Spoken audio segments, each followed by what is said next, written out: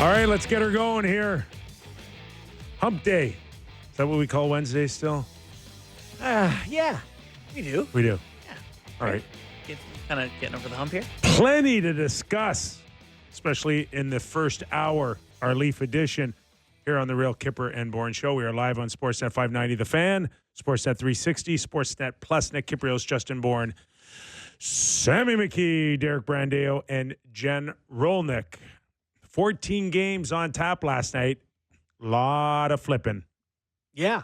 Were you doing the diamond surfing? Well, we had a later start for the Toronto Maple Leafs, and we'll discuss their big win in Calgary last night, but kind of helped ease into our focus point, obviously, for this hour, Toronto and Calgary. But, man, busy night in the National Hockey League last night. Yeah. It was funny. Yesterday we did the Senators 2 points behind the Leafs bit, and then they took it off the chin against the Lightning, who they very badly need to beat, and Leafs win, and all of a sudden it's not quite as close today, Sammy. I was watching Oilers and Blues before the Leafs game started. I actually was watching a little bit of basketball too, Celtics and Cavaliers, just going all around the world of sports. But the Oilers are so fun to watch.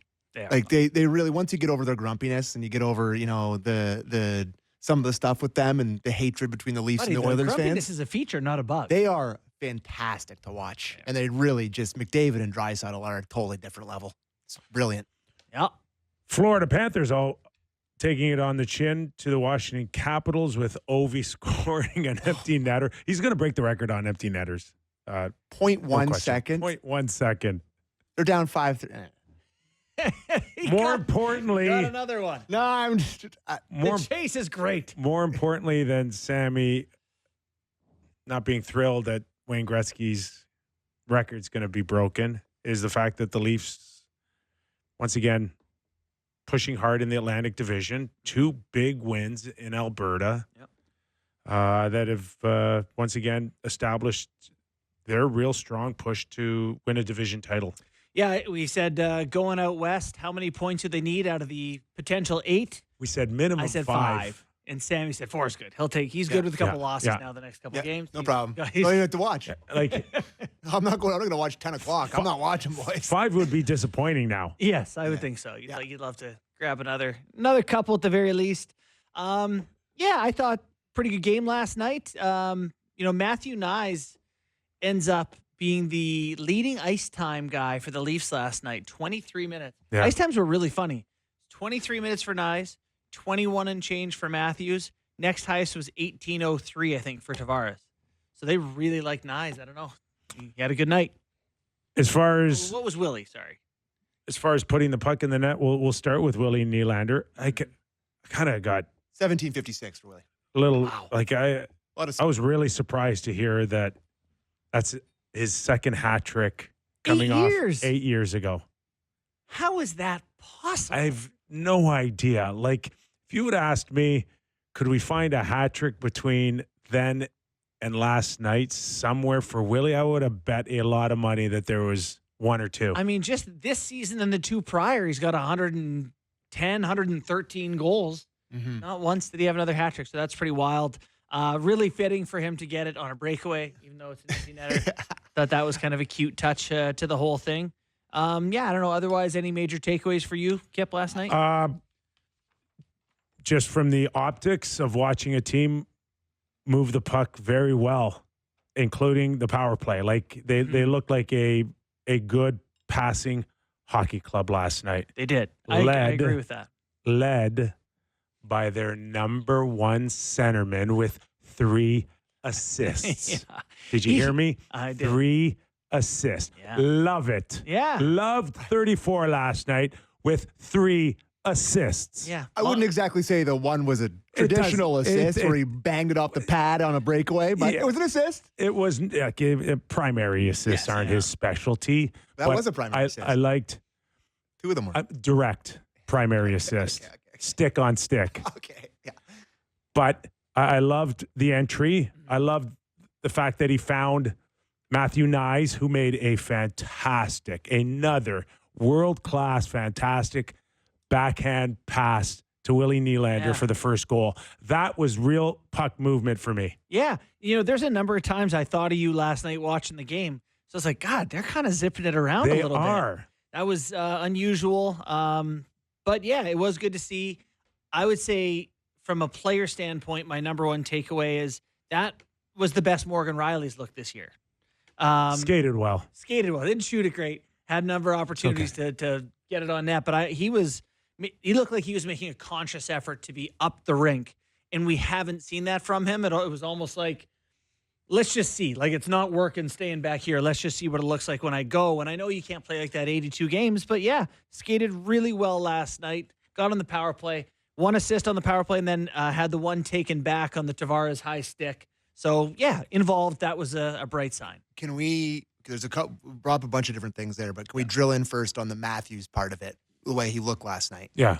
And, it's a natural conversation when Marner's not there to talk about the way Matthews looks when he plays without him. And there is something weird with this team where wherever one of the core four goes out, I don't know what their stats are in that next game, but it feels like they always win the next game when one of them's out. They play differently.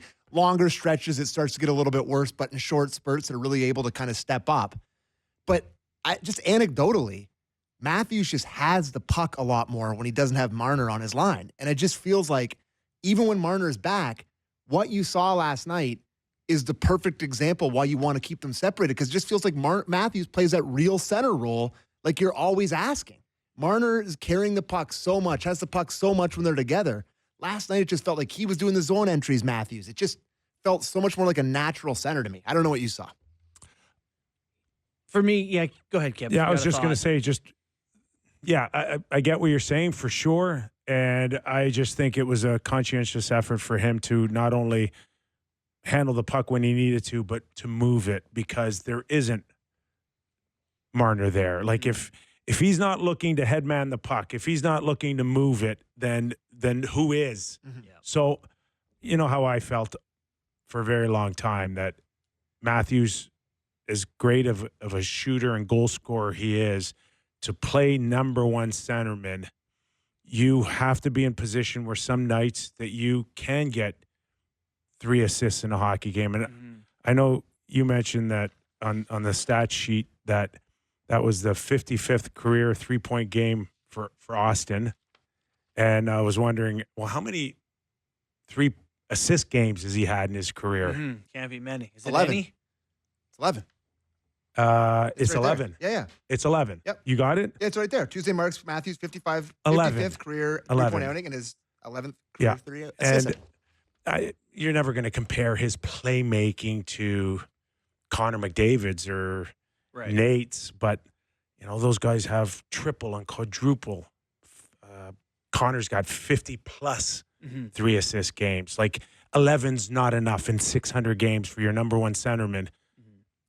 And that's, to me, he should be thinking a lot more of driving that type of play up with or without Mitch. Yeah.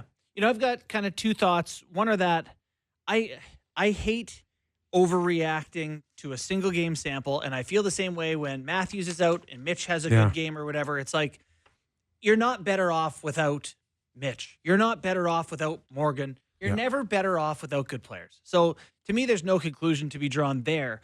The only other thing that I would take away is just when he's played with Domi, he seems to pass more. Like when he first played with Domi last year, I remember being like, God, he passes it to him an awful lot for a guy who doesn't shoot. Do you remember the one last night? Domi got the puck like in the slot and he didn't turn in and take a shot. They actually commented on the broadcast. And then Domi curled up in the zone and he got the puck again. He got another chance and he did shoot at that time. Yeah. For whatever reason, that there does seem to be more puck movement between those two. And it's pivotal that, both him and Tavares are making the opponents feel like they're not sure. And Tavares, again, like another beautiful pass on the power play to Tavares in the middle. Tavares does what he does best in that area. He can finish plays. Cheeky finish, but, back in. He's another guy that needs to drive up his passing ability. If the Leafs can move the puck like they moved last night, consistently moving forward, I think it takes their game to another level.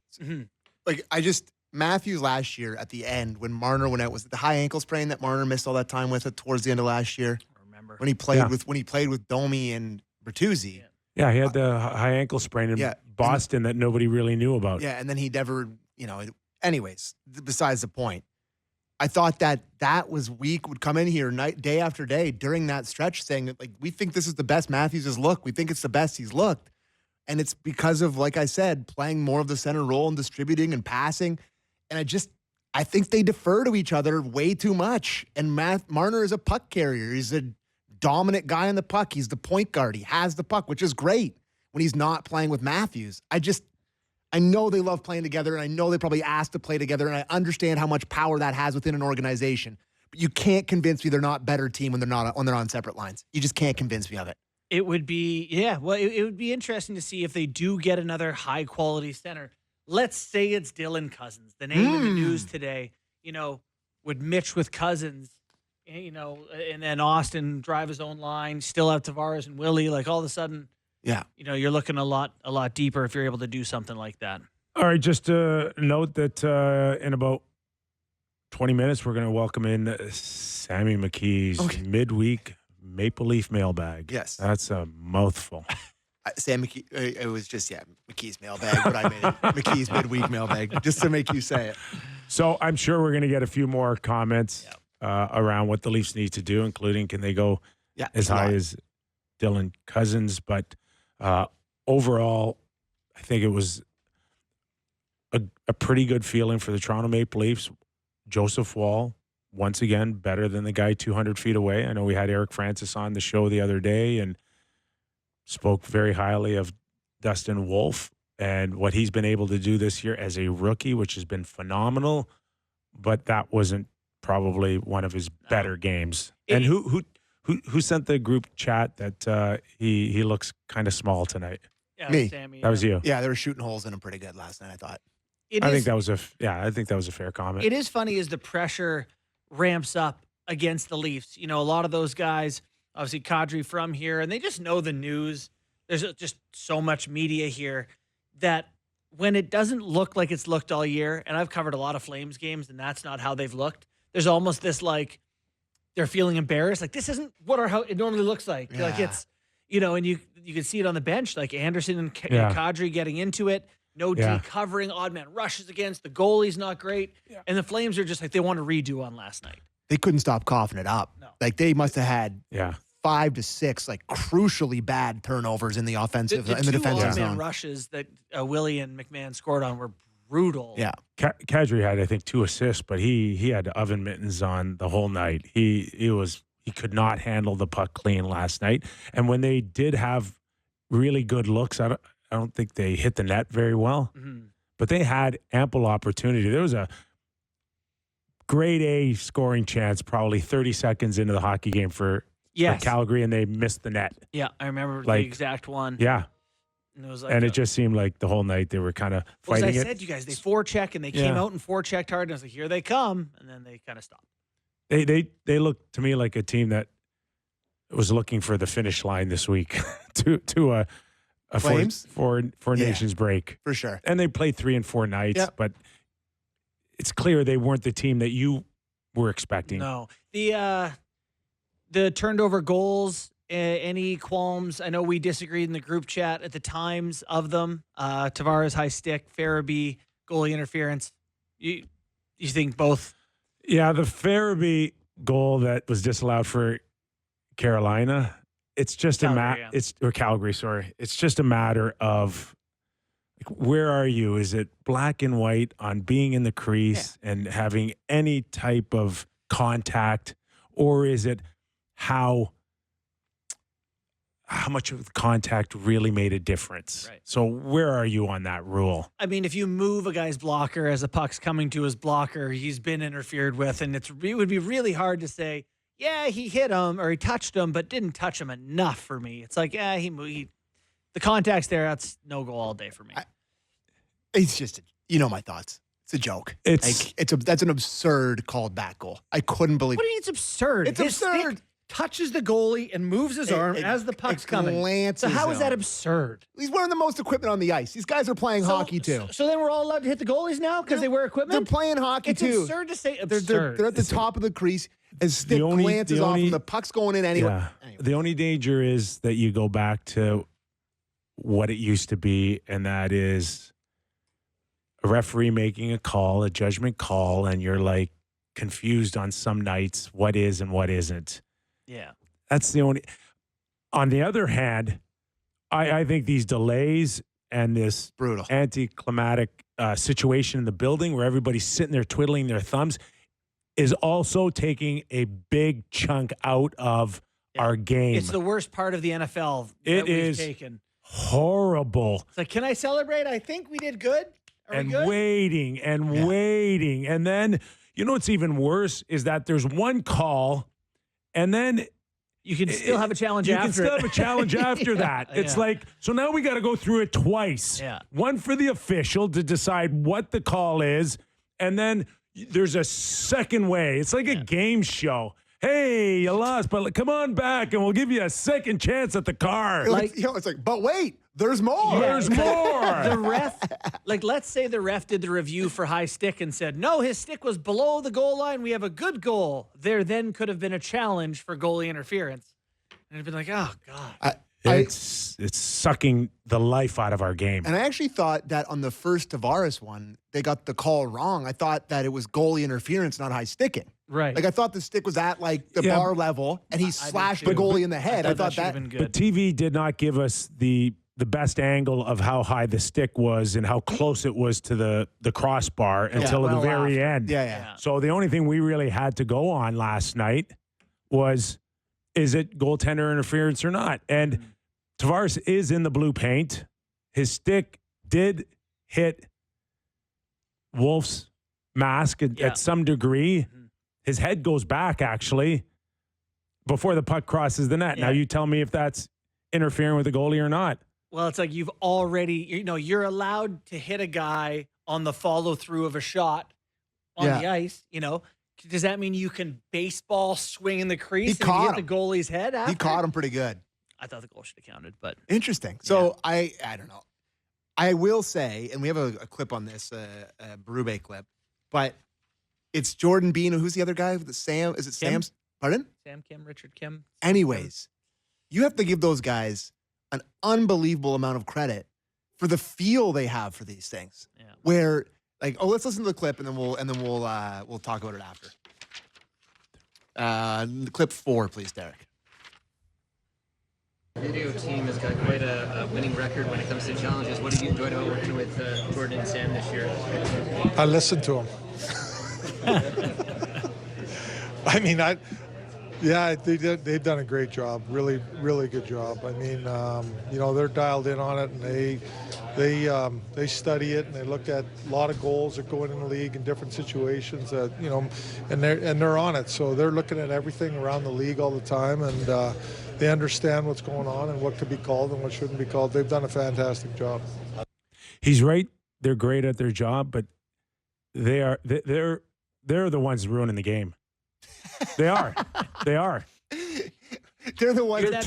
They're too good. They're too good at it. They correctly judge to save their team goals. They're ruining the game. Get rid of them. Get rid of them. Do not have any outside influence. You want to make a call. It's the coach. It's the coach and the guys on the bench. Love it. You've got monitors there. Yeah. You can have a quick look, and then you have the guts to make a call or not, and we'll see how many more of these we'll have. Mm-hmm. I totally agree. Certainly get a lot more wrong. You got guys in lab coats like up top and in the dressing room, and they're breaking it down to like millimeters and hair. Like, get out of it. Get them out of the game. Hey, this is no joke. So I worked with these kids in a stats class at Bucknell University this year to try to calculate what the financial value of having the best video coach in the league was worth. 2 years ago, Florida wins the most challenges, overturns the most goals. Okay. They end up in playoffs as the 8th seed by like a couple goals. Like they would have missed playoffs if they had an average video coach. They end up going to the Cup final. So how much did they make their owner in gate revenue by how much should they pay their video coach? Lots. Yeah. Millions. Cut the communication off outside the dressing or outside the bench. Really? You want to make a call? You see it live. You're there. You're watching. Yes. You're in charge. So Then take the video off the bench Don't entirely. go to the nerd room. Take the iPads off the bench. I'm not even joking. Take No, the yeah. iPads off the bench. Get 'em take the off. screen off from Move the it. coach's floor. You want to? look up at the Scram Jumbotron beat it. and make a decision. Look up like the rest of us. Who's with me on that? Cut the communication off. I would agree if I it. don't think it would hurt the product at all. I would think it'd be agree if they better. did it in every other sport, but every other sport they have the exact same thing. And right? we're either trying to get it right or we're not. And if we're not, it's really tough. in As a- baseball, gambling's Listen, involved now. In baseball, encourage they give one of wrong these. decisions. You don't have to get it right. Okay, hey, You man, don't. listen, I don't think it's a bad idea. It won't hurt. It won't hurt the entertainment. No. I can assure you. Baseball deserves the most credit for saying, we got a problem. Here's a pitch clock. Here's what we're doing. We're trying something that not everyone's going to love. It's going to hurt some people, help some people. This would hurt some people and help some people, but it might speed things along, which good for fans. I guess with baseball challenges, it's a lot more black and white. Like first base challenge, it's pretty much if a guy gets it wrong, you can look at it. But with goaltending and interference, it's much like the catch in the NFL, where everybody's interpretation is different and there's weird calls and there's all this stuff. So like, listen, it's never going to happen, Kyper. This is here forever. The toothpaste is out of the tube. They're not going to get rid of challenges ever. I don't think they No, would. they can curtail them. Nah, They can. I think they've can. come too far. But we're not pulling anything out. We're just limiting the access to go get And information. rules, you just don't Same get- rules. Nothing's There's changing. There's too much. And listen, we're sponsored by a gambling club. There's too much money involved. Like you're seeing these things. It's like it's reviewed. It's wrong. It's you too live and much. die No, with what it's the it's call is on not. the It's ice. nothing right. changes, Sammy. Nothing changes. Not the calls. Not the amount of calls. Not what you can go to. Just where the decision maker And comes when from. the Leafs get one wrong in the Cup final, I'm so sick. Sammy is going to fight you I'm on s- camera. No, but I'm sick to my stomach that I'm arguing for it because I completely agree. I'm just trying to play devil's advocate here, but we don't need to spend 6 minutes at 9:30 p.m. Eastern time 52. trying to figure out Listen, if it's a high stake or regular not. season should be It'll different than just playoffs. raise the stakes. What you're telling me right now is you don't want to raise the stakes. Correct. You know what? I just No got a good. great That's message. not pro sports, I my just got a friend. great message. Someone said teams would cheat. Teams would, some guy at home, hey, you're our designated guy at home who's going to be watching the replays. You got to send me a text the second you see the replays. Teams would cheat. Buddy, just put a clock on it. There's no time for them. Yeah. Okay? You Yeah, got how long? 20 30 seconds to 30 decide? seconds. They should 30 actually seconds to decide. They should put the clock up in the arena. Countdown. Goal goes in the net, the 30 starts. 29, 28. Give them 30's long. Give them 30's one way or too long. give 15. them 9. give them give them one or two replays on their monitors on the bench floor, and then put a clock on them, and that's it. You will eliminate everybody else out. All right. Anyways, all right, that's Good enough chat. of that. Morgan In the Rielly. meantime, Morgan Rielly. Morgan Rielly. We don't have a clip on it from the coach. He didn't get asked after, but Do we even do the overview? No, it's Do we need it? All right. you mentioned Morgan Rielly, and what was it different for you guys last night? Just moving the feet? Is it that simple, or what was it? Offense, just joining the rush. Okay. He led the rush. He had the puck. Yeah. Yeah. There's always a break point for me. Like when I first got in television, I was so nervous and so scared of making a mistake. And then you hit this point where you're like, I don't give a flying anymore. Yeah. Whoa, Right? I thought you were going there. Throw it out the window. I'll do what I'll do. I'll say what I say. If it's horrible, it's horrible, and just move on. Yeah. I think Morgan got to that point the other night where it's like, okay, I'm getting beat up. I can't do any worse. Just go out there and just skate and have fun and just let it loose a little bit. And it much better. In 18 5-on-5 minutes, they won almost 90% of expected goals. He was on for 2 goals and none against. He attempted 6 shots with 3 on net, had a secondary assist. Like he's on the power play. Maybe that helped him feel a little bit more involved and a part of things, a few more touches. But, we've been saying, if you got that out of Rielly every night, you'd be like, Yeah. that's a player right Yeah, there. +3 for a guy that's been minus 19 on the Yeah. year. That jumps out to you. At the same time, Mm-hmm. then you watch Mackenzie Weegar with a half slapper Mm-hmm. just absolutely bury one in the net. Boy, he's And not you're good. still reminded of what you don't have back there. Yeah, they don't have that. 2 5-on-3s, by the way. Have the Leafs had a 5-on-3 this year? Maybe a couple? I remember the one year they went 60 or 70 games without getting one, but two. I think they've had one or two. And also, I can't believe Coronado ends up scoring that one because Tanev made a great block. Yeah. Too bad that he was able to poke the second one home. But yeah, no, you're right. That was a bomb from old Uyghur. How's Doughty looking? Has Uyghur got the inside track right now? I don't know. Yeah. I saw him get eaten up by Willie, I think, at the end of the game. Uyghur. And they're like, If Willie eats back to everyone Drew. Back to Drew. Bobby McMahon. He's a Wainwright, Alberta boy. Goes into the province, scores in both places. I'd be losing my, you know what, Your agent. if I knew that my agent tacked on another year at $1.2 million next year when I could have been a UFA. Bobby McMahon, 28 years old, 6'2", 210. He's got 16 goals already this year, so he's on pace for, mid-20s. I called that one right off. Yeah. Right off. I'm like, this guy's too good. Yeah, Too good. And good on the Leafs. He's been hurt. Good so on the everyone's- Leafs, because as much as they've been beat up over the cap over the years, this one is huge next year, having him locked in already. Early in the game, like his second or third shift where he ends up on the one breakaway where he fans on the shot. Yeah. As soon as the puck got behind the Calgary defender's feet, if you've watched the Leafs at all this year and you recognized it was McMahon, you were like, bye. Yeah. Like there was no doubt he was going to win that race, get the puck, have a breakaway. His top speed is right there with the best guys. How many more guys outside of Willie and Matthews?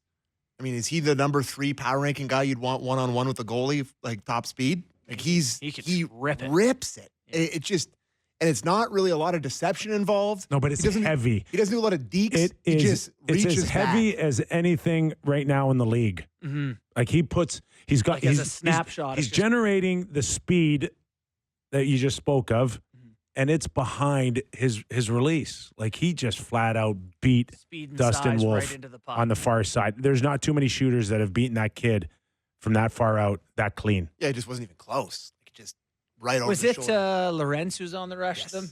The puck went over to McMahon. And it was like, it's not going back. That's the first thing I said is Yeah. you get that puck to him as Yeah. fast as you can, and you just watch. Yeah. Well, it was the same with Willie on the one he scored. He was on a 3-on-1. He skated in front of Pacioretty to shoot it in. Go back there. Back of the bus.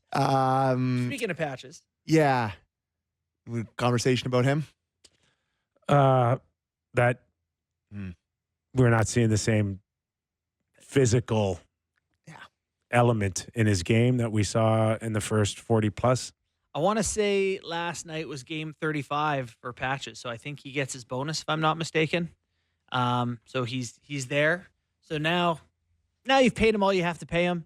He's going to be here through the end. You're not trading him. You're not cutting him. He's going to be a part of this, right? I don't think it was ever a factor for him, the money. No. He's made too much, and I think he gave it everything he had to start the season, and he's pushed his body as far as he possibly can.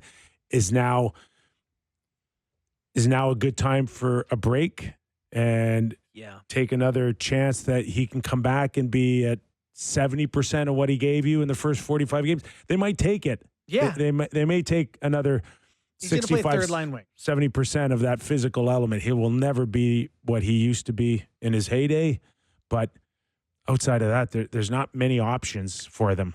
He's going to play third line wing, almost certainly. I think I look back now at the comments he made earlier on. The one day they were given a day off, and he said, just spent the whole day in bed. Yeah. Like, just can't get out of bed or whatever. And I was like, what? That's concerning. And I think the play style is wearing on him. I think it is interesting, too, that he played 12 minutes last night. He was in the top 6 as a winger. So the coach is seeing it too, and not McMahon one. went up there for a few shifts in the third period after with Nylander and It is Barnes. crazy. McMahon only played 13:38 last night. Estimated career earnings for Max Pacioretty is just over 63 schmil. Yeah. So Yeah, I don't think I don't know what he's making. $1 million? but didn't $895? were his 875 with bonuses up to 600, make it worth 1.3. was it 9 games and 35 games? Yeah. He Or played 36. he played his 35th game last night. Yeah. And you know what's funny is I remember giving him a hard time about the Leafs need more scoring. They got a guy who scored 4 times in 45 games last year or whatever. Yeah. This year it's kind of that pace, a little better. 5 goals in 35 games.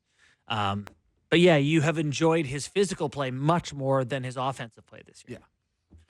What do you got on me on Willie wanting I mean, a day off? he said apparently they asked him how he was going to celebrate his hat trick, and he said, hopefully with a day off, which is just on brand. But Right in the coach's the coach was asked about it, and Berube, clip 7, just says play it. It's funny.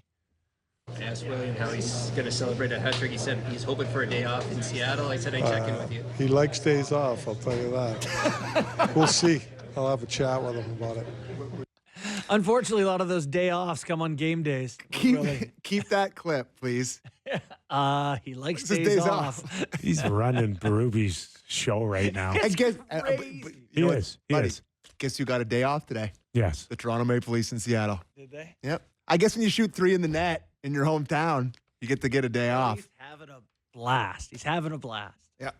Just doing whatever. I think 3 or 4 back at Draisaitl now for the league lead. Yeah, for the Rocket Chase. Yeah. Him and Domi went to look like Banff in some of their Instagram pics the Nice. day before, Nice. soaking in the What a winter in Alberta. truly spectacular place. Oh. If you've never been there, it's like you must go. It's So, mind-blowingly nice. It is. Just gorgeous. It What a it place. is a road trip within a normal road trip going out west. It always has been for the Toronto Maple Leafs Yeah.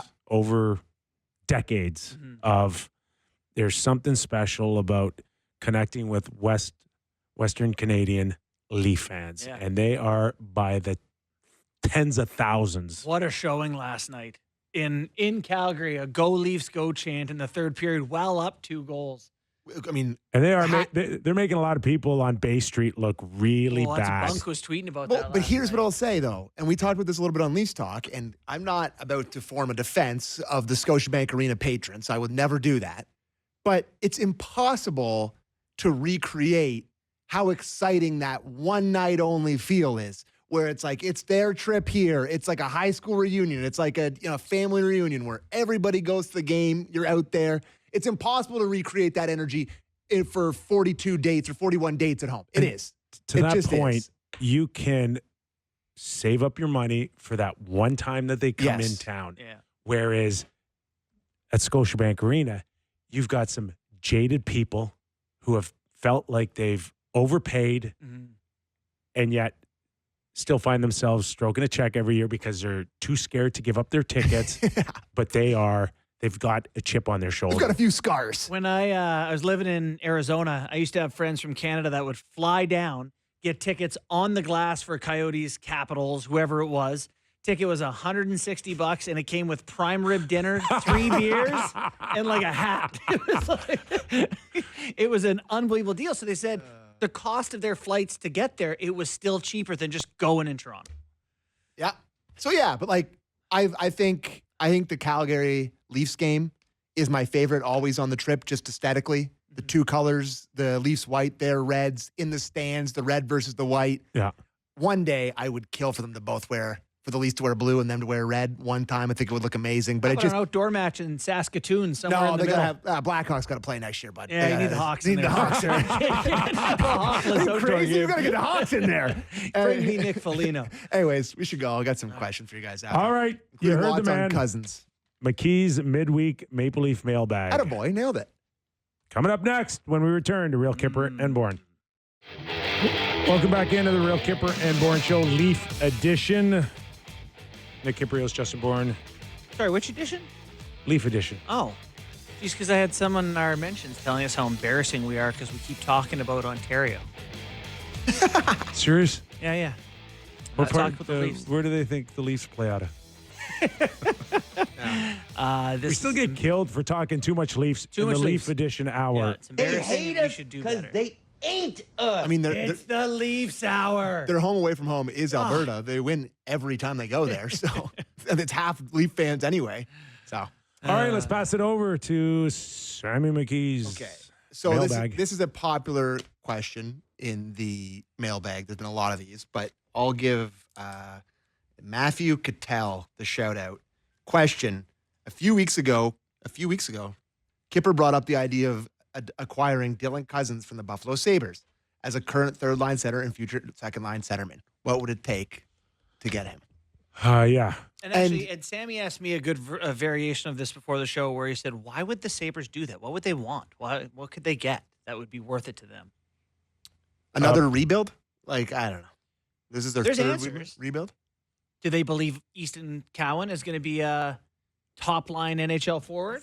Do they believe The Leafs don't have anything else to offer other than a first-round pick and either they're one of two prospects. like and a first and Cowan?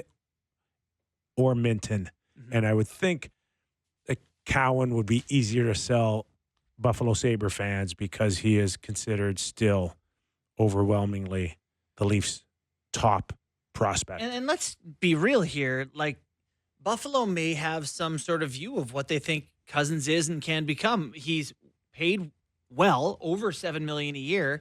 He's 9th on the team in scoring. He hasn't missed any games. He's 9th on the team in scoring with 26 points. Mm-hmm. You know, he went from 31 goals to 16 goals, if I'm not mistaken. 31 to 18 from 23 to 24. He's got 10 this year. If they think this is what he is, a 18-goal, 40-point guy who's not great defensively, he's minus 17, maybe they're selling on, maybe they're giving up on him. And should that give the Leafs and other teams pause? I like him a lot. 6'3", 23 Yeah. years old, has a I 30-goal season. I think That's there's enough. upside. And Right-hand shot, The- Simon. the one that would scare the Buffalo Sabre fans is, are you guys thinking Dylan's like no different than Sam Reinhart? No. Why? Well, Nobody had Sam Reinhart as anything special leaving. did They- Reinhardt they- score a ton in junior? They booted him out of Buffalo, and all he's done now is turn himself into a potential Hall of Famer. Yeah, he's a second-line center on Team Canada in a week. Like, I don't know what Reinhardt's junior stats look like. Cousins is- I'm telling you, there was no different feel than what maybe Nick Cousins is feeling right now. Underappreciated. Dylan Dylan, Cousins. sorry. Yep. Underappreciated and not even close to scratching what I think is my ceiling. And he went and got another opportunity. I don't know, the long shot of Dylan Cousins ever being like a Sam Reinhart after a trade, it's minimal. Like, it's not, but it should scare Buffalo Sabre fans. I think it certainly does. And, I've had this thought for a long time. It's like, what are you trying to do? Like, you look at Brandon Hagel getting traded from the Chicago Blackhawks. He's 26 years old now and on Team Canada. And what do they get? A first for him? Two and firsts. 2 firsts? Yeah. Okay. And you're hoping to get a Brandon Hagel. You have him. He's 26. Yeah. If your team rebuild is 5 years long, he can still help. yeah. Cousins is the same way. If you want, 5 years from now, he'll be 28. He can still be great. There's a lot of teams that have proven they can easily piss away a first-round draft choice, Oh, God. right? Most Just of them. Like, And no there's one's been no better at it way than the Buffalo's Sabres. better. And They're- looking for Buffalo without Ryan O'Reilly and Montour and Reinhardt and Eichel, and they've had players. Hang on and just let them develop. I disagree. They should trade him to the Leafs. Trade them to the Leafs, though. But like, if they're, Kevin Weeks put out a tweet today talking about how the Leafs are interested. You had mentioned it a few weeks ago. Maybe he's a listener of the show. I'm not sure, but Calgary, Vancouver. he threw Montreal in there as there's well. a lot. All of Canada. There's a lot of teams. If the Leafs were going to try to make something like this work, though, what are they? Yeah. They have $600,000 towards the cap right now. Like, what's he make? 7.1. Like, that's going to have to be some bodies going out here. Be a hard one to make work, unless you phantom LTIR someone or whatever you want to do. But this feels like Cowan in a first. And, you'd have to think about Robertson. moving I don't know. Max Domi's number out. He is the highest paid guy outside of your big boys. Yeah. Is he not? Highest He's paid the forward. 5th highest paid forward. So you can't hold on to that number. But Max has a limited no trade. Mm-hmm. I don't know, a dozen teams. He can 13, yeah. 13 teams. What are the odds that Buffalo is one of those? God, Sammy and I were talking about I'd this. say- pretty good. No. Like, Great. definitely. You don't grow up Definitely. in Toronto. You don't end up playing for the Leafs to only be sent to Buffalo. Yeah. That ain't happening. Yeah. He will fight that tooth and nail. Yeah. Not going. Yeah. So How do you balance it out after? Yarn Croc makes what, 2.5? Like there doesn't really feel like there's the We don't even know, like, salary filler. It's either a lot or nothing. Sorry, but Unlikely. Mailbag, but really hard. Tough fit. Really hard. Really hard fit. I mean, the only other thing would be if you're trying to trade something to retain for this. Can you retain 1 year, or does it have to be the whole No. thing? I don't think you can. Can't. All right, Has to be all the well, way you're across. screwed then. But if you retain $1 million and then you LTIR Again, Tavares or though, Matthews. like, well, how many more favors could they do for the Toronto Maple Leafs if you're Buffalo?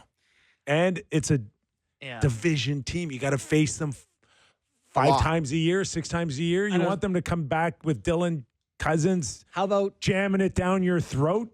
some of the available options that I like for the Leafs are like Charlie Coyle. It's like Boston's not doing that. On D, there's options too. Brandon Carlo, they're not doing that. This is from Danny Dykstra on Twitter. Lenny's son, Maybe. cool. Hopefully he's not as foul mouthed as his father. After last night's game, do you have any thoughts on the NHL/Leafs returning to white jerseys at home like Kyper's era?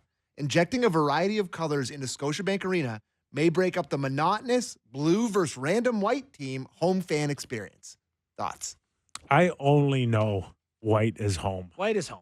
That's how I grew up too. Prior to that, I think it was 67. I think the Leaf pictures of them winning the Stanley Cup, maybe a few in color. No way. There's one. They were blue.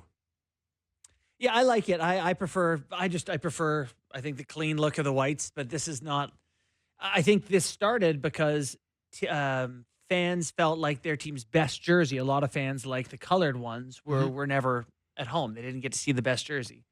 Yeah. I think team could declare You what they think want the to NHL do. did that much research? Yes. Did you do? Yeah. No, I've heard Or they Bettman just talk say- about this. Oh, he did. Yeah. Okay. I have no idea. Yeah, fans apparently were upset that they didn't get their team's best jersey. I like the whites myself, so I'm in. What to get him- Batman and Like, We'll have to get him back where on it and would ask. that have been on the top priority list of how do we make Gary, the NHL CBA, better? escrow, there's a pandemic. Also, the jersey colors. But I think there's something to that where, I grew up I was a junior hockey fan. I went to 100 games as a kid. And I got so excited when a team would come into town because the players in attack would be wearing their white. And they'd come in wearing their cool, different looking jersey. I think there's something to it. Anyways, I don't think Kyper cares. Just get rid of the black on black. Yeah, there. every jersey, every team had a black one. Oh, yeah. Ugh, I mean, you brought in the Bieber Bieber. jersey. You had it. I know. Do you think he bought it? Yeah, for sure. Yeah. Definitely. Sorry, Justin. This is from Yeah, this, Beebs dropped No it off. comment. this is from Grins Above on Twitter. Question: is it possible to negotiate player contracts as a percentage of the cap so that the salary cap goes up in proportion with cap increases, rather than a fixed amount year over year? Seems like all the guesswork on where the cap is headed creates a lot of friction in negotiations. I don't understand the question. The question is if Mitch signs next year, no number, but a percentage Oh, of the cap. yeah. 14.4, 14.6. Yeah. That's what your salary is that year. Oh, I like that. That's cool. Yeah? I'm in. I mean, I I think they can't do believe you that look at me anyway. like that. You don't like it? Well, it really is no different than someone going, well, I'm a lot better now and I deserve 16.5. Yeah. I mean, sure. Yeah. Okay. Same idea. Good Yeah, talk, guys. Fine. Give it a try. Okay, this is from Jonas, Leafs fan 23 on Twitter. Everyone seems to think that Ottawa would win versus the Leafs in round 1 if they played. Who's everyone? Thoughts? Who's everyone? Do you have a friend named everyone? I sure as hell don't. I think it'll be a great series, and I think Ottawa has gotten a lot better for 2 reasons. Jake Sanderson Uh-huh. and Shabbat have gotten a lot better back there. So we're now talking to everyone. Can I get the Sutter? It'll be a waste of 8 days drop for Ottawa. Oh, boy. Against the Leafs? Oh, my God. They'd get no, cooked. Oh, my no, God. They would I not do get cooked. I do not. No, I do not agree. Yeah. No. Yeah. No. Oh yeah. You know, we'll be 3 games into the series and it'll be like They just have to know when to go, Shabbat and Sanderson. They can't be up ice all game. They're getting burned all the way, Trent. I think, they're faster than Toronto. And I think they'll scare people. Yeah. What I'm saying is, Leaf fans, if you're listening to this, my fellow Leaf fans, get ready for this possibility. Because you look at the standings. There's and, many ways it can happen. Listen, it can go up and down here. 2-3, 1-7. It's really great. 1-8. It's really, really exciting this year for Toronto Maple Leaf fans and fans of all teams, actually, that the Eastern Conference playoff picture, you have no idea who the hell you're playing. Buddy, the Atlantic is insane. That's what I mean. So it's like insane. The Leafs could potentially play how many different teams this year? 4 teams, 5 teams? Like, it really does feel like it's a different type of year. Go ahead. Point totals: Ottawa 62, Detroit 61, Tampa 60, Boston 60. 4 teams within 2 points of each other, with the Leafs in Florida just a nose ahead of that. If I could handpick a team, it would be Detroit. Oh yeah, That would be my team. That would be the Billy number. Husso's going to play net. It's not helping Ottawa that Josh Norris is hurt every other week. Yeah, him in the lineup, they're a different team. That changes things for sure. Toronto would be a favorite, but I do not see 8 days. Be close. I'm gonna be close here. It doesn't, regardless of who they play, we'll go to 7 games. This is from Isaac Cowlin. Maple Leafs for life 3. Okay. Obviously, Stolarz has been injured the past couple months, but in your guys' opinion, who do you think starts game 1 of the playoffs in April? Do you think they'll alternate starts or ride the hot goalie? The only thing that I would like to do is like a Don Cherry. Happy birthday to Don Cherry. Oh, yeah. 91. That I would like to do is to roll back the tape where I was saying that Woll should get games early in the season when he was trying to come back from his injury.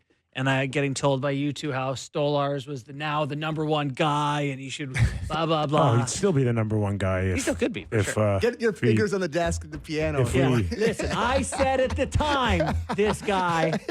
Speaking of grapes. Yeah. I listen. Woll is my answer. I still think Woll too. Just Let's see who's healthy. We didn't mention this in our first block because I don't think it was a particularly amazing Joseph Woll start by any stretch last night. He was good. They had 2 5-on-3 goals, whatever. But with the looming return of Anthony Stolarz here, and it seems like he's trending towards playing. Berube talked today at a hotel. I guess he had to work. The players got to have it off. Got to give credit to Joseph Woll over this stretch where, Stolarz gets hurt and we're all terrified about the workload. And Bunkus told me on Leafs Talk last night that the only goalie that has more starts since Stolarz got hurt in the league than Joseph Woll is Connor Hellebuck. He's second.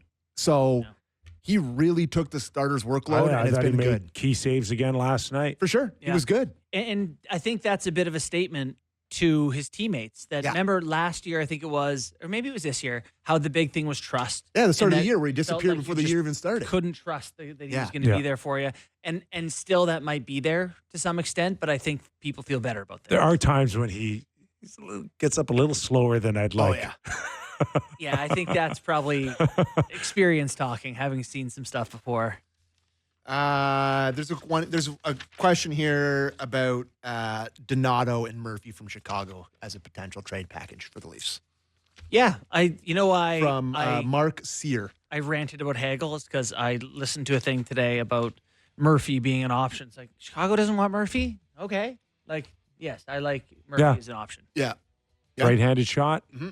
They're hard to find. They have any centers that you can poach in the process? Munch minutes. How big is Murphy? He's pretty big. 6'2", I think.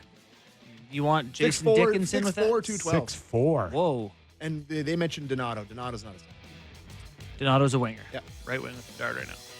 But yeah, that helped. All right, Sammy, good job on the mailbag. Thanks, guys. Thank you to all of you for your questions. We appreciate it. Fantastic. You could be a mailman. You got the body for a mailman. Thank you. You do. I agree with the mailman's body. You've got mail. All right. Don't go away. We got Ken Hitchcock coming up. Yeah, we do. One of the winningest coaches in NHL history. He'll join us next as we go national on the Real Kyper and Bourne Show. Let's get her going on the National Hour. It's the Real Kyper and Bourne Show. We are live on Sportsnet 650 in Vancouver and Sportsnet 960 in Calgary. This hour of Real Kyper and Bourne brought to you by Bet365. Nick Kypreos, Justin Bourne, Sammy McKee. In about 5 minutes or sooner, we'll welcome in Ken Hitchcock, 4th winningest coach in NHL history. 894. Jeez. Couldn't hang on for 6 more. Get to 900. I bet he blames a couple of players for that one. Also, Kip, before we move on, want to say thanks to Brady Leovold of Puck Support here. Sammy's wearing the sweatshirt. They do a lot of good things promoting conversation around mental health and substance abuse disorders and all that. Check out pucksupport.com. Thanks, Brady. We appreciate it, pal. Big supporter of all you do, and we'll get you on the show at some point. Big fan of Brady. Yeah. So, busy night in the NHL last night, Kip? Yes. Canucks It's back. hard not to think about 2 markets, Toronto and Vancouver, going into a game without their team's MVPs, Mitch Marner in Toronto and Quinn Hughes for Vancouver, and 2 pretty good performances from both hockey clubs.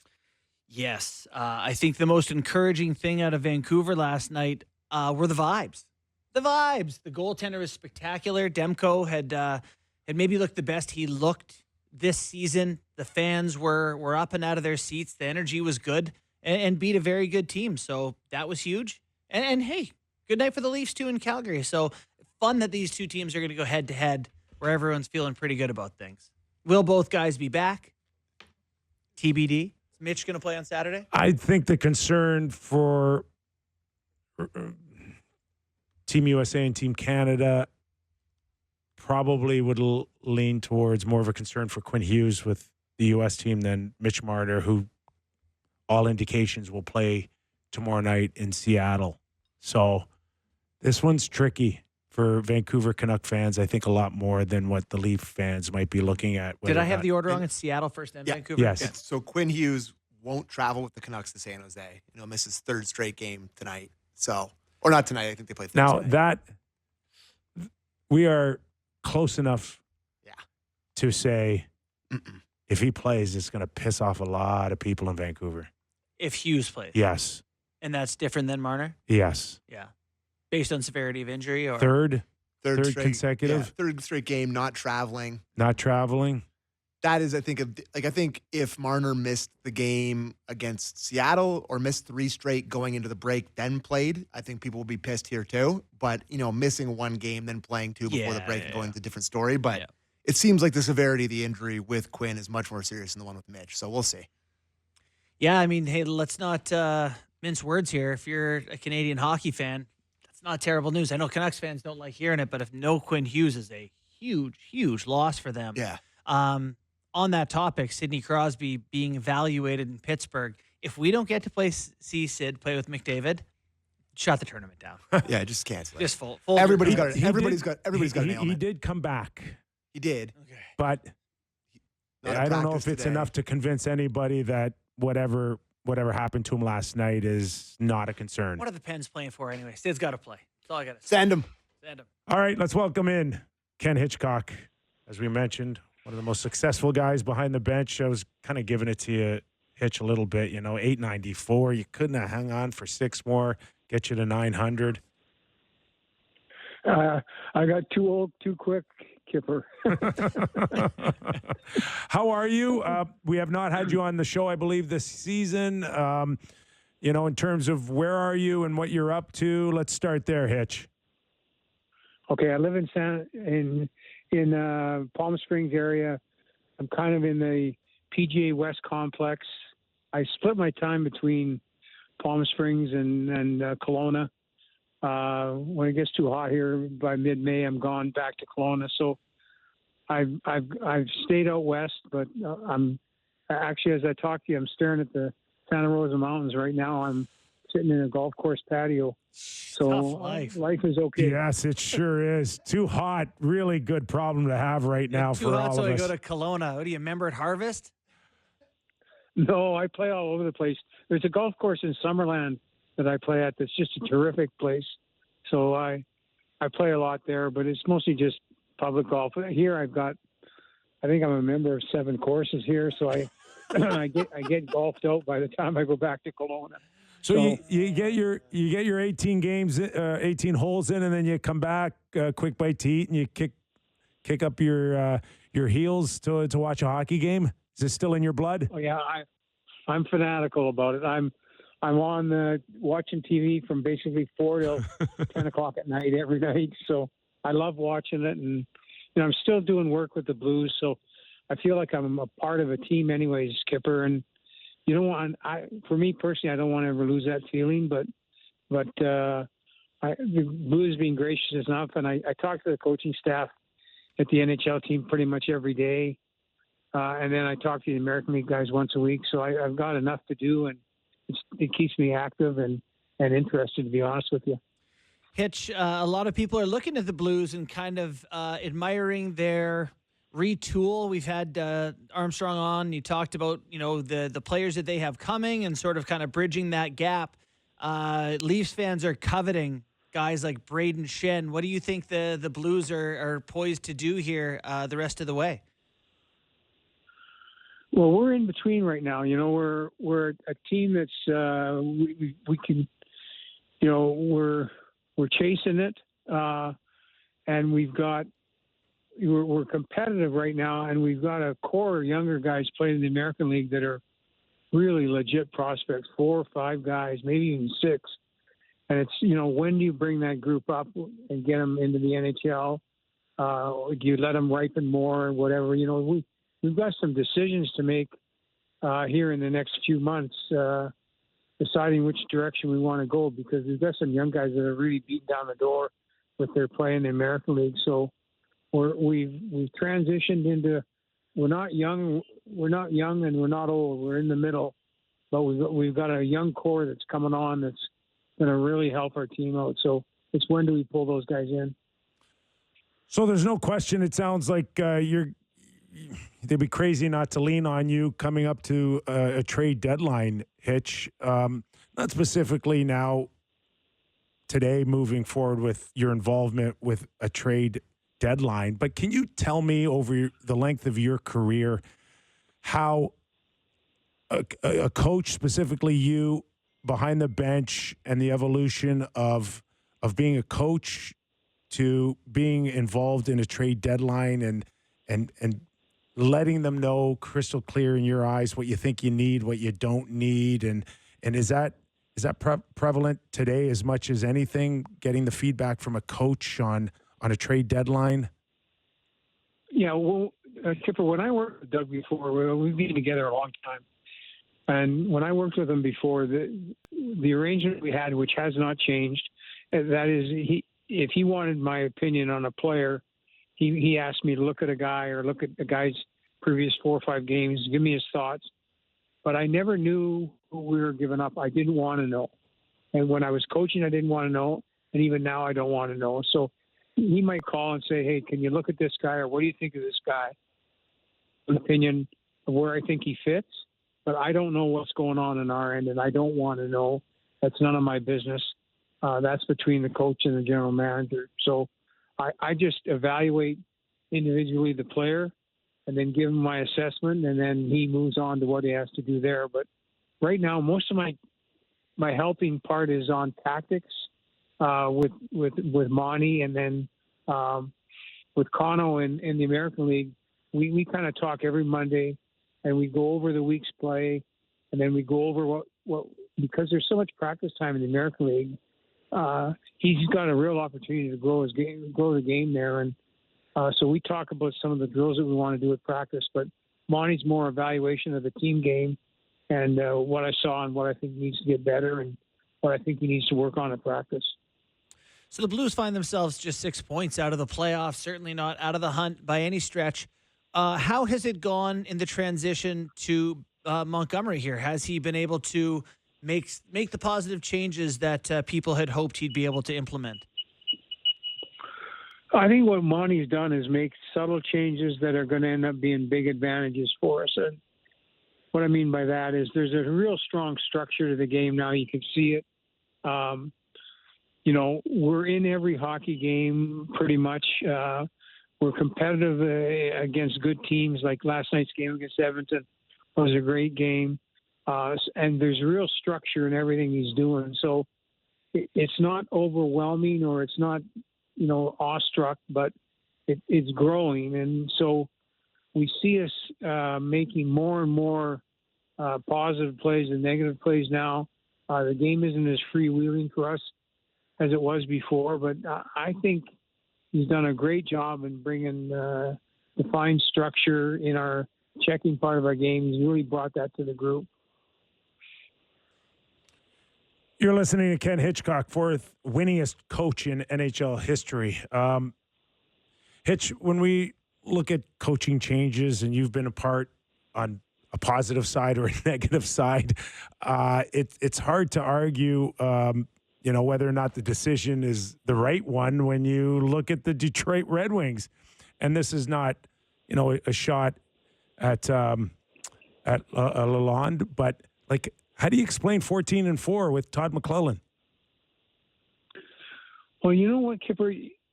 The first guy to know that you're going to get let go as a coach is you, because it's a feeling you have inside the locker room. There's this vacuum, and you can feel the vacuum inside the locker room. Either they're not listening, they're staring into space, they're trying to absorb it. You can feel that as a coach, so you know when you're in trouble. It shouldn't and doesn't shock many coaches when they're in trouble. But I always feel like when you're bringing in a team or you're coming to a team, if you can partner up with the workers on the team like Todd's done, what's really changed for Detroit is the working element of their game. If you can convince the team that the working parts, the parts that don't get notoriety, the things that are hard, like tracking and reloading, second man support on contact, how you play on both blue lines. If you can convince the team to change their way of thinking in those areas, you can be successful right away. That's what happened to me in St. Louis. When I went into St. Louis, I was able to convince through the leadership of the players to change right away in our way that we wanted to play the game, and we took off right from there. And that's the same thing for me that's happened in Detroit. He got them to compete in competitive areas, and if you watch their practices, he's got a lot of small ice competitive games in the practice, so he's amped up the energy level by doing that, and the players have responded, quite frankly. Ken, how hard is it to get young, talented players to become, something like Andrei Kopitar? That's a ridiculous guy to name probably, but I'm thinking of Matvei Michkov, and Tortorella's got to try to figure out how to get him to defend. And that seems to be, Zegras, these young guys coming to the league, and coaches have to be like, okay, you're an awesome talent. How hard is it to make them into hockey players, playoff hockey players? It's hard. It's not easy. Yeah. Because they're not going to do you're trying to change a mindset, but all of us know, like from us, the players want to trust the coach, but you know what? The coach has to trust the player too. Mm-hmm. And for us as coaches, if we want to trust the player, then we have to know at least he's going to attempt to back check, to compete on pucks, to stop on pucks. We have to be convinced that player is willing to do that stuff, the stuff that doesn't get noticed, the hard stuff in the game, or else we're going to have trouble at times trusting that player. And that's the yin and yang that goes on. And it's like those players don't go through the wall for you individually on their own. You have to help them get through the wall. And it's that period of time when you're trying to help them get through the wall, it becomes pretty contentious. And you've got to be able to, as a coach, absorb that, because you're going to hear lots of mumbling in the background. You're going to hear lots of grumbling going on. But you've got to be convinced that at the end of the day, you're going to help this guy become a really good team player. And if you can do that and you can survive the grumbling, he's going to come out on the other side as a real good player for you. Yeah. Hitch, it looks like the scoring's down again in the NHL. I think last year, comfortably, there were 4 guys over 50 goals. Right now, I think Draisaitl and Nylander are about the only ones really on a trajectory of 50 goals. But, it's got to be it's your fault. It's the coach's fault that no matter how many rules we change, you guys just find a way to just shut things down. No, that's not right. What's wrong right now is there's too many good players in the National Hockey League. Major When issue. you played, when you played, you if your fourth line was on the ice, you chased them off the ice. He wouldn't go near the other team's first or second line. Now people use the fourth line to shut down the first and second lines. There's so many good players in the National Hockey League, and there's so much depth that you're not afraid to play anybody in any situation, and they can all skate and they can all check, and so you feel confident in them, and that's what's going on right now. Is the tempo of the game is white hot right now, and every team's got four lines that can play, and it's hard to create space or get opportunities if you got fresh legs on the ice that aren't afraid to play. So you've got some experience with Craig Berube, if I'm not mistaken. We've been following him pretty closely here in Toronto. We thought he'd be a lot meaner than he is. He's kind of nice about all of his players in the media. Hitch, what can you tell us about him as a coach? I've known Craig for a long time. I had him on my team when he was 17 years old and playing major junior.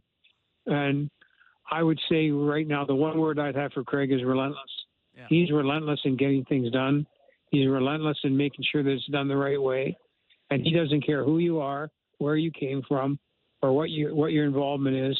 He wants it done a certain way, and everybody's got to be included in that. And I think that's why, for me, Toronto is going to be a really tough out in the playoff series. I mean, they're going through ups and downs, mostly because of injuries now, but they're going to be a tough out in the playoffs because he's got a lot of the top players playing the right way. The right way apparently is dump and chase. They've got some of the highest skilled players on the planet, and to say that he simplifies things for maybe too much for Leaf fans is debatable, but it still works, Hitch, does it not? Yeah, but I think the language has changed now. If I use the word dump and chase to the players right now, they would lynch me. And the word we use is strong. Make a strong play on the blue line, and that's where Craig's at. Whether you got to dump it in or not, he's more. He gets on guys when they don't make strong plays on the blue lines, and that's what good coaches do. That's the critical ice that you need to win the game in, and he's more than determined to make sure that ice is properly respected, because he knows if you're good on those lines. And you really embrace getting the puck to the end boards. He knows that you can win games and you can play games with 1-goal lead over long minutes and win series because of that. He's experienced that and he knows what it looks like. So he's determined that Toronto does it that way. Is it true when he first came on board in St. Louis, he wanted pucks in deep so badly, even if it was a 3-on-2, he'd ask a guy to put it in deep? Yeah, we always get accused of that. You know, we're dump and chase fanatics, but that's the yin and yang with you guys as players. Yeah, no question. Yeah, you can get a little excessive at times. So when you look around the league here, it's a weird year, Hitch. There are tons of teams within a couple of points of the playoffs. We don't have a team that's running away with the President's Trophy. How do you size up this year's contender? You know, it feels like 12 teams could win the Stanley Cup this year. Well, I more look at it as who can win a series. Like winning 4 games when the competition is this hard is really difficult. And I'm looking right now at teams that are still winning even though they got injuries, like Dallas and teams like Edmonton and stuff like that. I'm looking at teams. Toronto's gone through it where they still won games, and even though they've had a bunch of injuries. So you're looking for teams that can absorb punches in the stomach, the punches in the nose, and still keep winning. And so I'm looking at teams that have depth, have competitive depth, and real leadership, strong leadership. And so I think anybody can beat anybody on a given night. And sometimes between travel and proximity of games, you can have a different energy level, but when you're in a playoff series, everybody's got the same energy level. And those are the teams that I think are going to be successful are the ones that are really deep in the competitive areas. Hitch, I'd love your thoughts on everything that's happened between the Vancouver Canucks and the New York Rangers, and JT Miller now a member of the New York Rangers. And, you know, when something like that type of trade gets so played out in the media, and clearly there were some issues between JT Miller and Pettersson. If you were Laviolette right now in New York and you brought in a guy like JT Miller, how important would it be to a head coach to kind of find out what went on so you can maybe help a scenario where, certain things might not surface again? Or would it be important for a head coach to bring in a player that may have had a certain reputation to better understand him? You know what, Kip? I really think that having a clean slate is critical. You've got to have a clean slate, and that means that unless the player wants to bring it up, it's none of my business. My business is what's going on. This is, I mean, you don't hesitate and say this is the culture of our team that we want embraced. But I think bringing up things that happened before don't do anybody any good. And I think the quicker you can move on into a coach and get him excited to be with his new teammates, the better. Because I think if you start dredging through that stuff, there's going to be a lack of trust. And I think you got to get out of it and stay out of it. Did you watch the Mikko Rantanen trade and find yourself completely shocked like the rest of us? Or do you think that these sort of things are going to happen more frequently? What was your take on the big trades recently?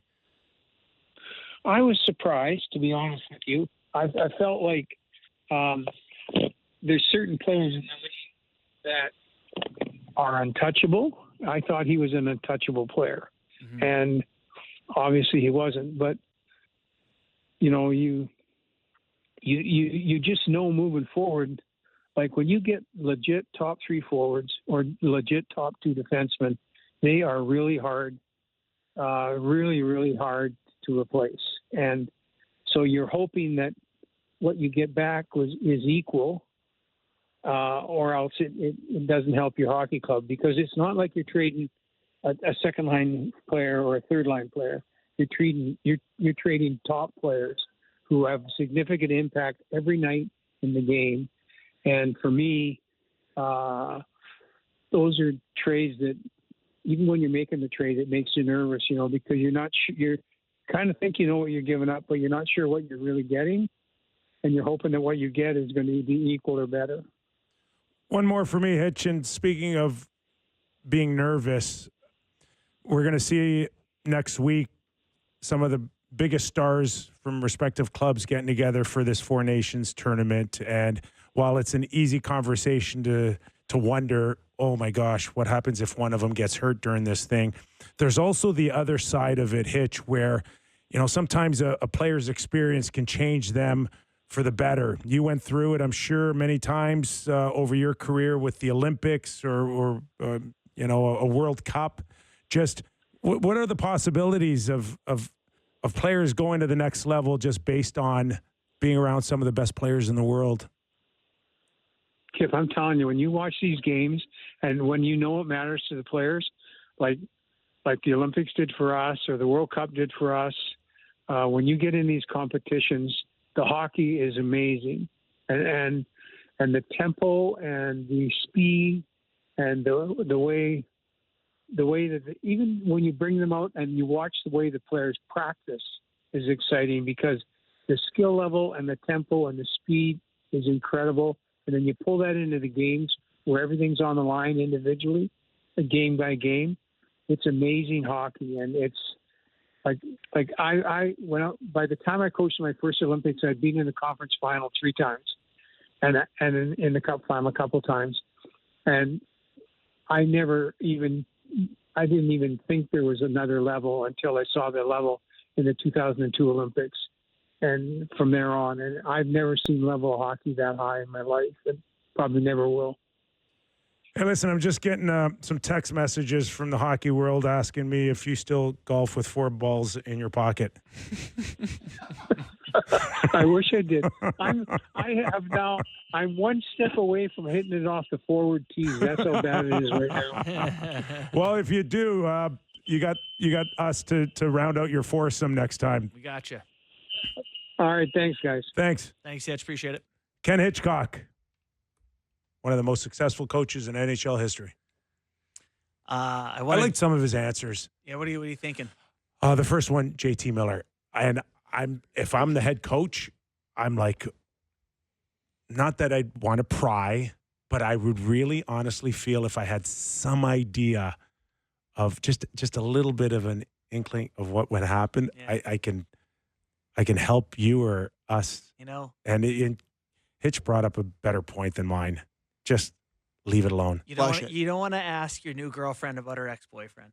You don't need those answers. They won't help. Just But if you're happy, be happy. But if He's a Marine. Hey. But if I could get 15 minutes with the ex-boyfriend, yeah, you'd learn a lot about her. a lot. Yeah, but then you'd be predisposed to think things about her that maybe she deserves a fresh start from. Or it could be like years later, if I only knew. If I only knew. The Marine, is that what you said? What'd you Navy SEAL. What'd you think? Made a huge mistake. What'd you think about him? You mentioned their goal scoring being down, and you were starting to blame coaches, and he was disagreeing with you as you were saying it. Yes. But you just said there's too many good players. I never thought of it like that. It's interesting. Like, it's just like, the fourth line used to get caught out against someone and they couldn't hold up or whatever. But like, so there's just too many good players. That's why scoring's down. It feels like a stupid thing to hear, but it's an interesting perspective. Yeah. I did a quick Google search while we were talking because that's kind of the kind of thing I do. So goals per game are down, Kip, to your point. Yep. They were really down 10 years ago. 2.6 goals per team per game. That was the average output. And then it's 2.7, 2.9, 2.8. We got all the way up to 3.14. Last year's 3.08. This year we're back down to 2.98. We're going the other way. This is be the second year in a row. And save percentage is still going down all the while. Going down every year. So this is structural, positional. 100% it is. This is not goalies. And listen, we cover the Leafs. That's what we do here. Our first hour is the Leafs. Right about that. We do 15 regional games. Like, they're making less mistakes because they aren't allowed to put themselves in a high-risk situation. High risks leads to more goals. What's fascinating is I sent you guys the list of dump-in rate percentage. I sent you the top 6 teams and the bottom 6 teams in the league. Nobody possesses the puck more than the Edmonton Oilers. They dump it in the least. 44% of the time, roughly, they dump the puck in. No one dumps the puck in more than the Florida Panthers. 59% of the time, they dump it in. And then they smash you like a bug. And those 2 teams were in the Cup final last year. Doing it the complete It's fast. 2 opposite ways. Sort of ask Number 1 and 32 in the league. Sort of ask in the National League, where are the Leafs ranking that? The Leafs are only a few teams dump it in more than them. They are 28th in the league. They dump it in over 56% of the time. So more like Florida than Edmonton. A very high dump in rate with Berube. I mean, why? But if you got Draisaitl and McDavid carrying the puck, Handle it. Don't give it to them. Go ahead. Yeah. Yeah, you're good. You carry it in. There's no Now, pressure. can you imagine now if Craig Berube coached the Edmonton Oilers? Oh, my God. There's no worse fit in the league. It would be mutiny. Well, you could say the same thing about the Leafs. Honestly, you know how coaches call players in? McDavid might call Berube to his office. Be like, this isn't going to work. You see any world where Austin Matthews scores 60 goals again? If you were dumping With Craig it in this Berube? much. Yeah, that's a key partnership. Don't be for too you. fancy. Probably Right? not. Yeah. But just win and Doesn't matter. all is forgotten, like the Florida Panthers proved. I will say, you know how I love him mentioning the hockey connections, and I think that's what makes hockey really, really cool. He's like, yeah, I had Berube, they coached him At 17 years in old. Major Junior. That was a hell of a hockey team. Leading scorer on that team, frequent friend of the show, Rob Brown. Really? Yes. God, he shot it in all the for time. the 85-86 Kamloops Blazers. He had 173 points, 58 goals, 115. I should ask Hitch because Hitch coached Rob Brown. Yeah. And I think it was Hitch who turned him into a forward. Well, Brown was a defenseman? Yes. Well, good choice. Junior. Yes. Good choice because he shot it in a lot. Rob Wow. Brown also had 171 PIMs that year, so he was busy. Dude, Rob And Brown was we gotta a get- menace. We got to get Yeah. We're we got to due get for- Brownie back and- on the show. Robin Bow Wow on that team. That was a tough team. Berube was on Yeah, that he team. was tough. There was a lot of tough guys on that team. Back when I it was broke in the Back in the NHL with Robin. Yep. Yeah, that was the Washington Capitals. one of the guys on your team. Anyways, you want to do game time? But you're the producer. All right. What are you asking me for? I don't know. I'm just making sure you wanted to do it, buddy. It's game time presented by Bet365. Visit the app for latest odds and find out why it's never ordinary at Bet365. Must be 19 plus. Ontario only. Please play responsibly. Few less games on the ice tonight than there was last night, which was one of the busier nights of the year. Quickly pulling up the game. Sorry, phone malfunction. A good one on Broadway. The Boston Bruins in New York to take on the Rangers. A repeat matchup because they played on the weekend. It's a big game. Sorry, I just unplugged my headphones so I can't hear myself, and it's really jarring. Just give me 1 second here. Bet365. There we go. The Boston Bruins are plus 180 underdogs in New York. The New York Rangers are minus 220 on home ice against the Bruins. It's just another really good classic NHL matchup. So a really exciting one there tonight. The Edmonton Oilers, a game you can watch on Sportsnet West, Sportsnet as well, are in Chicago to take on the Blackhawks. The Battle of the Connors. I know everyone's really excited about that, Kyper, and especially you. You're really fired up about that. Big Bedard guy. You love Bedard. You can't say enough good stop things it. about him. Just stop that right now. Okay. I will stop right now. How about a Connor Bedard goal tonight against his fellow Connor, future Team Canada member Connor Bedard at the 2026 Olympics? A Connor Bedard goal plus 200 tonight against his other Connor. And the last game on the ice tonight, another Canadian team in action. Montreal in LA to take on the Kings in the second half of a back-to-back. The Montreal Canadiens are plus 205 underdogs. The LA Kings minus 250 on home ice. Kings looking for a win. That'd be a good one. Montembeault stole one from Celebrini on the goal line to put the Sharkies up, and then Montreal wins. That's Team Canada's goalie right there, baby. Yeah. Anyways, that was game time presented by Bet365. Visit the app for latest odds and find out why it's never ordinary at Bet365. Must be 19 plus. Ontario only. Please play responsibly.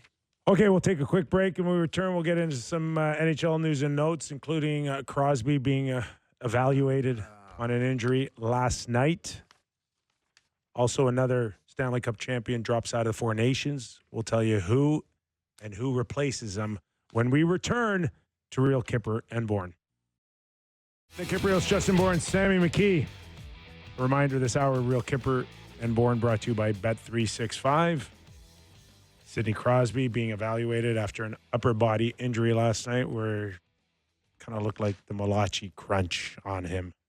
Malachi crunch. Do you remember that? No. How was that? Oh, Is it God, a you guys are chocolate bar or so something? young. Oh, it's a reference to Happy Days. Oh my God, Kim. It's not like it was a recent one. Stop we it. Happy Days. Is that in color? You Sammy, remember that from the Honeymooners? shut that down right now. I'll turn this car right around. Yes, he did get crunched. Yes. And, if I had to completely guess, it looked somewhere in this region. Okay, The ribular region. We just got to get through the weekend Mm-hmm. because Did you say the ribular reason? did. Yeah. it's guys are starting to kind of drop like flies here. William Karlsson, Team Sweden, is out now and will be replaced by Rachel. Ricard Raquel. There. Hey, Ricard- jinx. Raquel. You owe me a Coke. Pittsburgh should rest Sidney Crosby for the Four Nations face-off, and I mean that. He doesn't get to play until the Four Nations phase. Yes. Agree. They are not going to make playoffs. Not even close. They're 55 games. They have 53 points. There's 6 teams above them. They're 7 points out. They're out. Done. Sid loves this Canada stuff. It's important to Canadians. Well, He's the one guy that now, if Pittsburgh's out, he'll probably go and risk it. Yeah. yes. Right? Absolutely If risk it. Sid, cortisol, get him out there. We need Sid on Canada. This is part of what we're doing here. Their minus 37 goal differential is the worst in the Eastern Conference. Dead last. Worse than the Flyers. We can't go, though. We can't go. Like, you don't want to. No, you don't want to risk long-term injury to Sid. That would be devastating. I think this is kind of the peril. Like there's like the give and take of having a mid-year tournament where the pros of it, guys are in the swing. They're in literal mid-season form. It's like they've been playing hockey. They're in the middle. Yeah. But the con, is that you're going to have guys banged up no matter Yeah, what. you're Like never it's going to have a healthy. the rigors of this, and it's a good warning because next year, 2026, is the Olympics, and it's around this time. Like, it's going to be a best on best, and that's going to be more of a true test.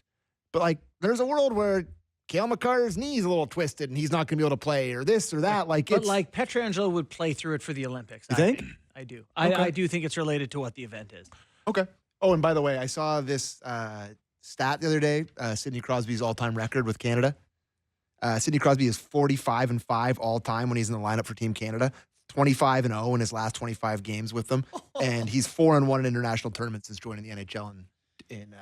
You know what? We're gonna pull up his golden goal here for those of you watching at 45. home. Let's watch his golden goal here. That's unbelievable. Oh no, we can't. No one can. Oh, no one ever? can. No. Oh, that's disappointing.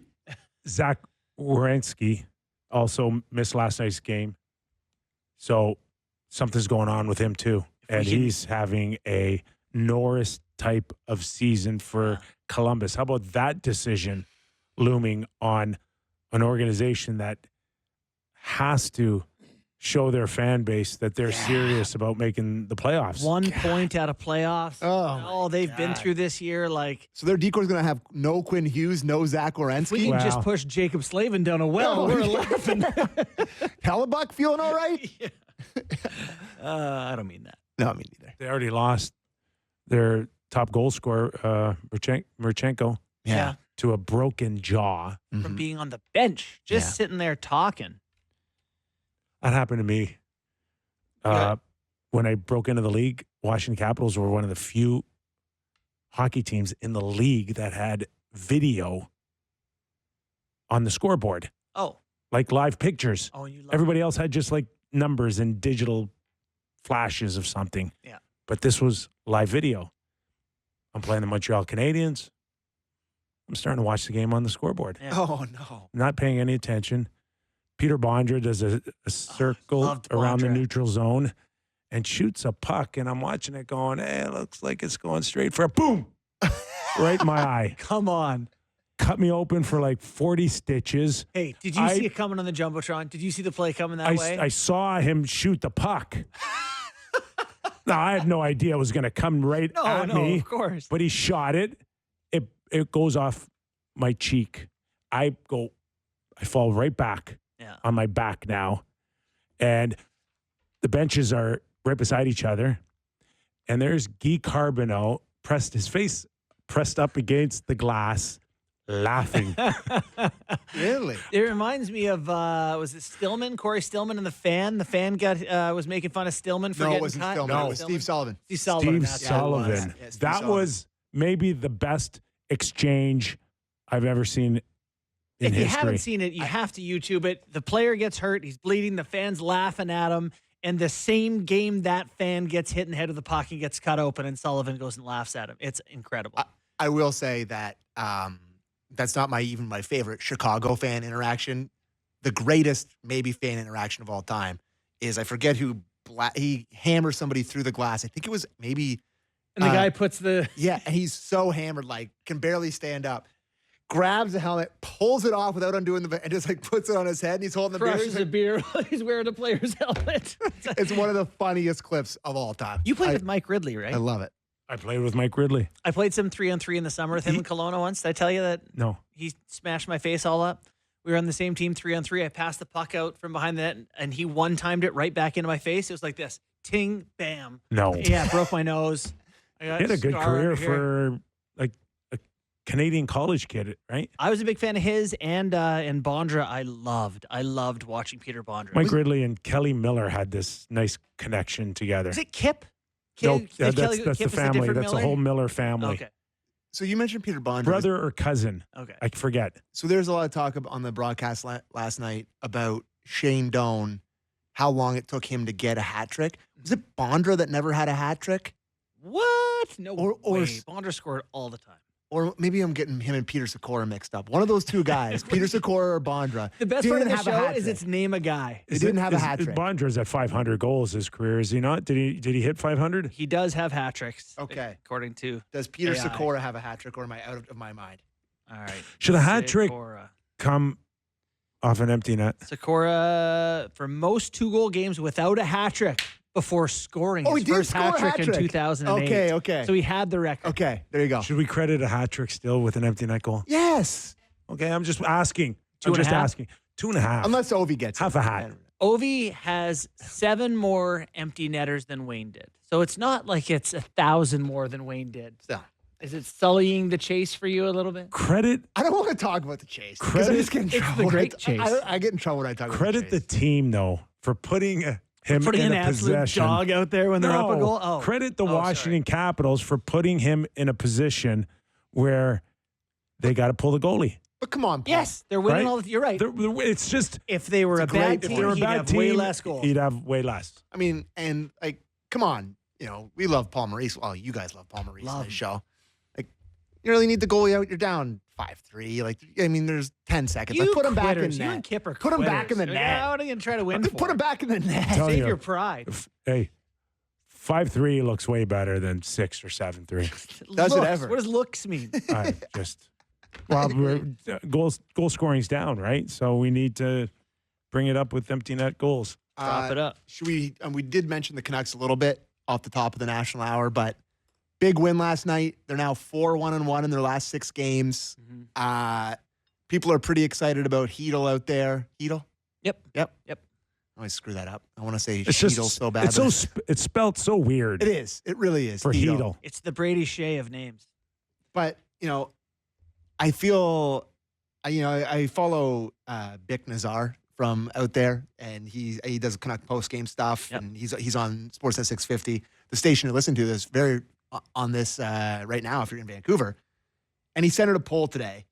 He's like, I feel like I know how this is going to go, but I want to test it. Rest of the season, more points. Philip Hedl or Elias Pettersson? He put out that poll. And in 340 votes, Philip Hedl is leading it by 53% of the vote. It's like they're dying for anything out there. It's commentary on multiple things. If you go through the Canucks time on ice leaders last night, the guy who played the most for them on forward was Hedl. Really? 20 minutes and 45 seconds. He played for them. I don't know what he was playing with the Rangers, but it wasn't 21 minutes a night. No. I can tell you that. Meanwhile, Mikko Rantanen, who is playing 22 and a half minutes per night for the Avs, is averaging under 20 for Carolina right now, has 2 points, a goal and assist in 4 games. Yeah. And what's Marty doing? What's that? What's Marty Natchez doing? Well, surely more than that. I can figure that out for you. Wow. Not last night. No, They nothing last had night. a big goose egg. Yeah. But I think there's an element of Rantanen that is still a little shell-shocked For from sure, being 5.6. traded. Okay. How could he not? He hit the So- post last night. I don't know. I don't know if it's going to work there or not. I do think that Natchez has a much better chance to have his new numbers do this. You're with McKinnon. If you check the NHL Edge IQ stats, The one thing that's he's the crystal fastest. clear is he can keep up. Well, yeah, it's him, McDavid, McKinnon, Right. our top 3 in all speed things. Like he is fast. He's quick. He's got the water bug kind of acceleration. Can you imagine you're a D? How bad would your gaps be if you were defending McKinnon and Natchez at the same time? I'd be on top of the goalie. You'd be sick of it by the end of the game. Yeah. That's for okay, sure. gap up, So back up, back. in 6 games with Colorado, he has 5 points, 1 goal, 4 assists. He's a -4. Didn't help because he was -3 in his first game. So,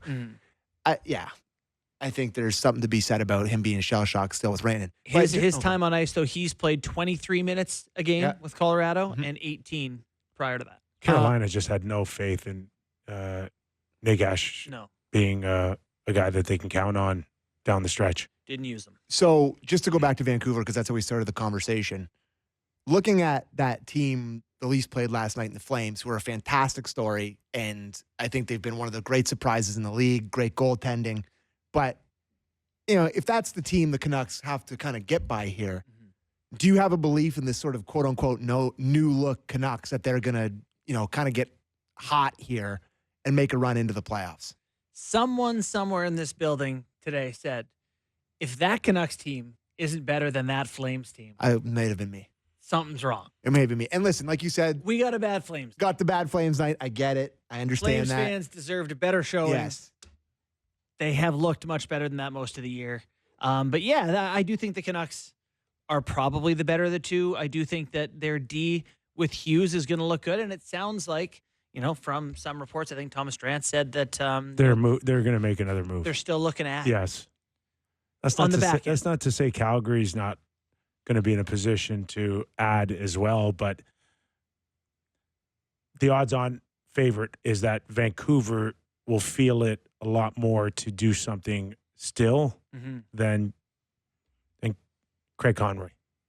Yeah, So, Vancouver definitely has more pressure. But if you're looking at Hughes, Hronik, Pettersson, Myers, which Pettersson? yeah, Marcus, Elias so Nils, many. Pettersson, Forbort, or whatever. You had one other guy, Susie's there, and then add one We're more. going to have to get middle names, aren't we? Well, Nils is in there. Elias Nils Pettersson. They've been calling him. I think they DNP. called. I saw DPD. Do they all have- DPD is Do good. they have all middle names? I don't know. The whole team, I presume so, unless they're Madonna or something. I assume. Yeah, but I'm We'll look hoping. into it for you. I'm hoping for our friends in Vancouver that they figure it out because boy, they've gone through the ringer this year in terms of taking a beating and being in the spotlight. I'm hoping they figure it out. Credit though to our friends that are covering the Canucks. Been fun.